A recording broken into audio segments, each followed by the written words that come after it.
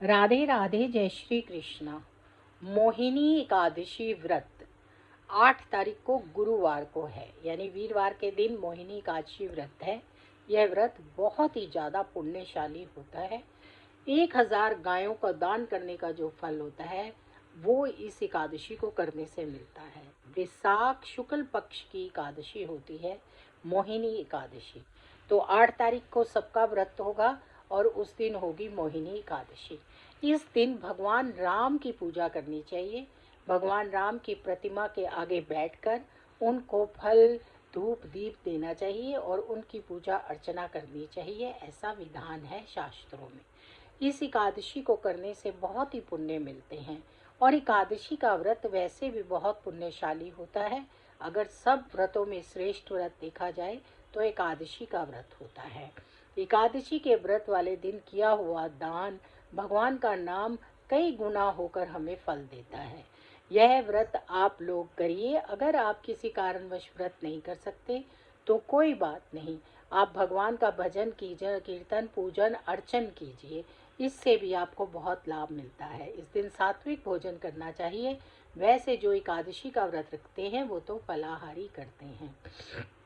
तो वीरवार के दिन ये व्रत आ रहा है।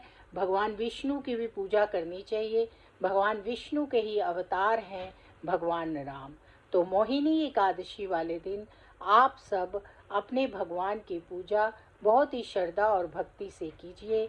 आप अगर व्रत नहीं लग सकते तो नियमों का पालन कीजिए और अगले दिन द्वादशी वाले दिन पारायण होगा। आप सब द्वादशी वाले दिन चावल यानी कि खिचड़ी का दान कीजिए, उससे भी हमें बहुत उत्तम परिणाम मिलते हैं और घर में कभी भी लक्ष्मी की कमी नहीं होती है।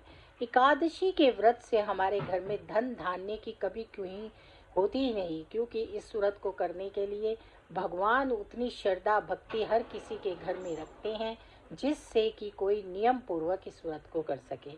तो अगर आप में क्षमता हो तो एकादशी का व्रत जरूर करना चाहिए। एकादशी के व्रत के बहुत ही उत्तम परिणाम मिलते हैं। सबसे अच्छा होता है कि महीने के 2 दिन उपवास करने से हमारा स्वास्थ्य अच्छा रहता है और हमारे को भगवान स्वास्थ्य प्रदान करते हैं।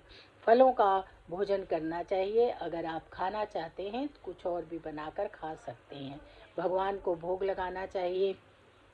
एकादशी के व्रत वाले दिन चावल नहीं खाने चाहिए, ऐसा शास्त्रों में वर्णन है। तो चावलों का निषेध है, लेकिन अगले दिन द्वादशी वाले दिन चावल की खिचड़ी बनाकर गरीबों में भी बांटनी चाहिए और खुद भी खानी चाहिए। तो मोहिनी एकादशी की आप सबको बहुत बहुत शुभकामनाएं।